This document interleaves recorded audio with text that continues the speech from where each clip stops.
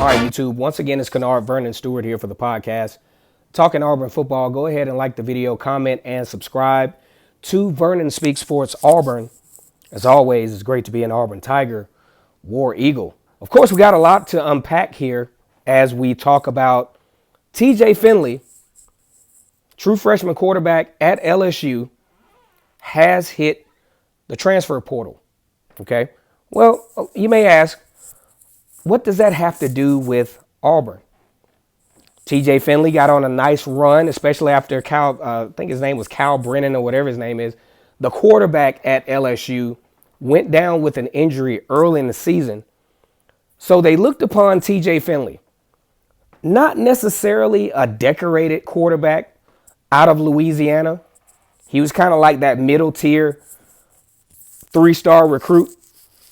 But if you look at him on video footage, he looks like the kind of guy that you could develop and cultivate into a good quarterback. He has good, pretty decent pocket presence, probably stays in the pocket a little bit longer than he should.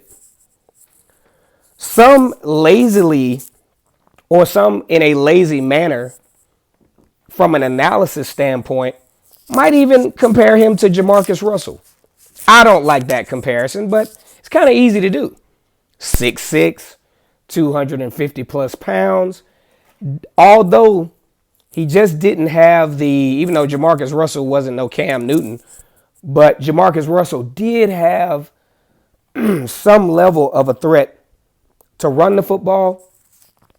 TJ Finley didn't necessarily have that part of his game, which is what we're going to talk about a little bit later on as we talk about TJ Finley in the transfer portal. And a lot of Power 5s, well, I wouldn't say a lot, but a few Power 5 teams are kind of chirping. He's got a nice arm. He does some things very well. Obviously has some, polishing up to do. But TJ Finley goes online, according to social media. Now, you can't always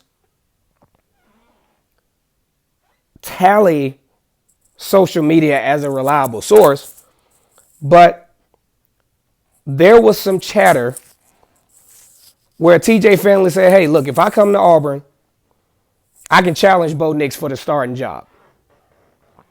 And that caused this big uproar, especially on these Auburn fan pages. One of my favorite ones, obviously, is all about Auburn. They're just like, hey, can we stop talking about? No, we can't stop talking about TJ Finley because he's in the transfer portal and Auburn is seeming to show interest. So, nope, we're not going to stop talking about him.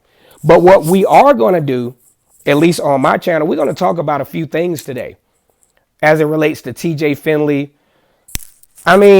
Lazily versus Bo Nix. I don't think that's something that's up for debate, but we're going to explain that as well in the video. But before we get into all of that, let us get to how, from a quarterback standpoint, Auburn is in this place to begin with. So I'm going to do a little bit of a rewind. Back in 2019, spring game, Malik Willis, seemingly the okay choice to start at quarterback. Malik Willis, after a couple of good passes in the spring game, a few weeks later, find out Malik Willis has hit the transfer portal. And we're like, what the hell is this? Because when we look at the gross mismanagement of this quarterback room for Auburn, it left a pretty mild debacle, which turned into a major debacle from a quarterback standpoint at Auburn. See, I think Gus Malzahn probably made one of the most questionable decisions of his Auburn career by creating a quarterback battle between Bo Nix and Joey Gatewood. Joey Gatewood now obviously at Kentucky still can't earn the starting job there. That's an entirely different level of content video-wise that I'm not going to talk about for the interest of not wasting time and the interest of saving time. We talk about a potentially high level of mismanagement with the quarterback room that has led to a domino effect to where we are now. Because let's just say in hindsight is definitely 2020. We can see real clearly when we go in hindsight. None of us had the problem. I mean, we kind of thought that the Malik Willis situation was a little on the sketchy side. But now that we've seen the result thereof, Malik Willis having to sit out for a year because the rules were a little bit different at the time, to a point where you just couldn't immediately be eligible for the institution that you transferred to. So Malik Willis sat out the 2019 year. So none of this was really a problem. But the problem came when Malik Willis teams up with Hugh Freeze at Liberty, and arguably one of the better quarterbacks in the country last year in 2020 during the pandemic, which we pick and choose favorites as to who benefits from the pandemic and who doesn't. You win a national championship. Oh, Alabama's great, right? We just use it. I'm going to continue to use that shit as an example because that is what it is. Auburn wins the national championship. Oh, they benefited from teams being down because of the pandemic. That is also another course of concern and another video in and of itself. Malik Willis goes to Liberty, balls out. As a matter of fact, you'd look at media outlets to say, hey, he might be one of the top quarterbacks taken in the draft. I think that's up for debate. I think that's a serious argument that can be made, both positive and negative. But he went over there and did a good job. So now we look back to 2019. And especially with the track record of development or lack thereof perceived from the prior regime of Gus Malzahn, now we backtrack and think, how did we get here? And was there a serious mismanagement of that quarterback room under Gus Malzahn and his stand-in offensive coordinators and offensive staff? Here is, in hindsight, what we probably think should have happened. It's Malik Willis' job, right, as the quarterback at Auburn in 2019, going into arguably one of the more challenging schedules for Auburn probably in recent history. You got Oregon, who won the Pac-12. Auburn managed to beat them. You have Florida, who actually pushed the envelope and I think made it to a New Year's Six Bowl. You have Georgia, who had a great season that year. You know, end up getting shellacked by LSU in the SEC championship game. You have Alabama, who Auburn actually managed to beat 48-45 by acts of God and other crazy stuff that always happens to Alabama when they play Auburn in Jordan-Hare. Texas A&M, tough game. So you throw a true freshman quarterback, fresh out of high school, right? Competed for a state championship in Jordan-Hare Stadium, ironically. But you throw him as the starting quarterback against Oregon, no experience, has no type of rapport with the team per se, in my opinion, now looking back. He wins the quarterback battle between himself and Joey Gatewood. Malik Willis hits the transfer portal. A very interesting hindsight judgment of a mismanagement of a quarterback room. Here's what probably should have happened.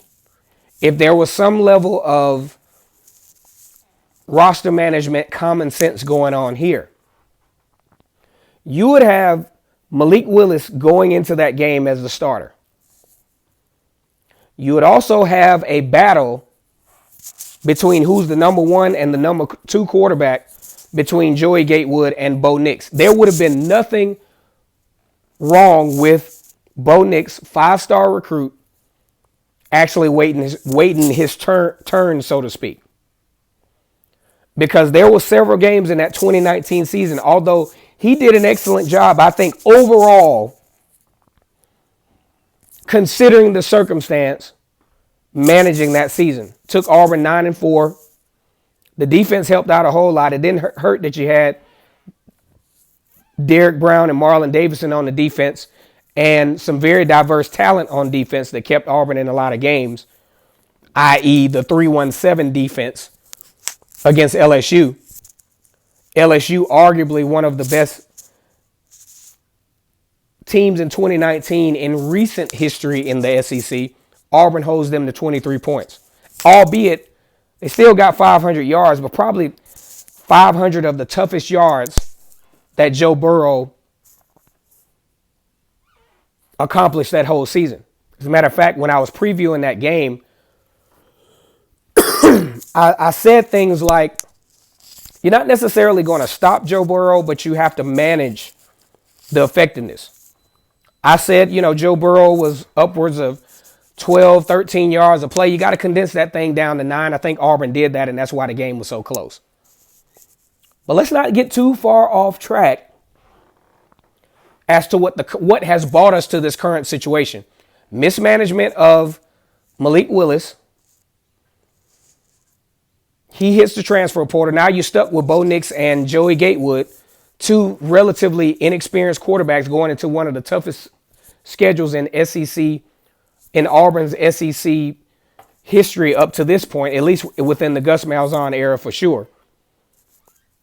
And subsequently, because of this, Joey Gatewood even transfers. So now who are you left with? You're left with Bo Nix, Grant Lloyd, and Cord Sandberg. Now Cord Sandberg hits the transfer portal, I think. You're stuck with Grant Lloyd, and you got Chalil Grant, who actually hit the transfer portal. So now you're in a situation, brand new coach with Brian Harsin. You have Bo Nix, Davis, Sawyer Pate, and now you're in a dangerous situation with Grant Lloyd. Again, his name keeps coming up. Now you're in a position kind of similar to 2019 to where, yes, now you have a starting quarterback, not a proven starting quarterback, but you have an experienced Power 5 quarterback in Bo Nix going into a similar situation from 2019 where you got Penn State on the schedule. You have an emerging SEC West to where any of those teams can beat you. Of course, you got Georgia, LSU, and Alabama, who you're not going to be favored to win,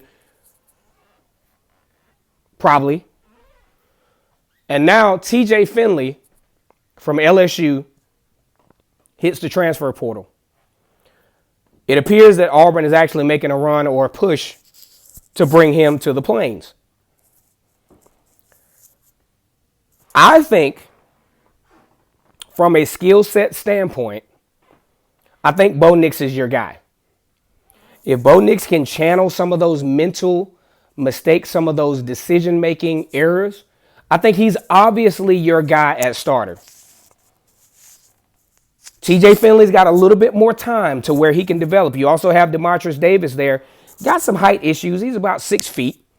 They might even be a little generous. He might actually be 5'11".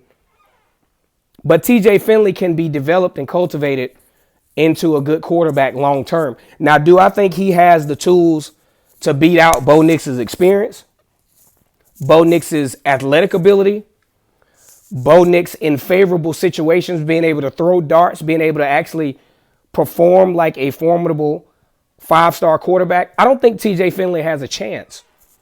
And I think for us to say that TJ Finley has a chance to overtake Bo Nix as a starting quarterback when he wasn't able to do it at LSU, I think will probably be, not necessarily stupid, but I just don't think TJ Finley has the tools and the time because he's going to enter fall camp. I just don't think he has the time fall camp wise to make a good enough impression to where the coaches can trust him I mean, you could trust him week 1 and 2 with Akron and Alabama State, but you definitely can't trust him on the road in Happy Valley any more than you could trust him against Auburn in 2020, where he had multiple interceptions, had some misreads, had some mental errors there. So I think even from a roster management standpoint, I think Brian Harsin is not, he doesn't have the luxury to come in creating controversy. Because bringing TJ Finley in to battle Bo Nix for the starting position, just one, it doesn't look good. 2, it doesn't make sense. I think TJ Finley coming to Auburn is not a bad thing, but if fans think that he's coming here to challenge Bo Nix for the starting job, I think it's borderline ludicrous. But do you need him in your quarterback room? Hell yeah, you need him. This is a rigorous schedule. Bo Nix has been durable up to this point. I don't think there's been any documented injuries, but man, things can happen. Do you guys remember Shaun White from 2016 when Auburn was making a pretty nice run down the stretch, pushing the envelope to be, they weren't going to do it, by the way, but pushing the envelope to be be the first team in the college football playoff era?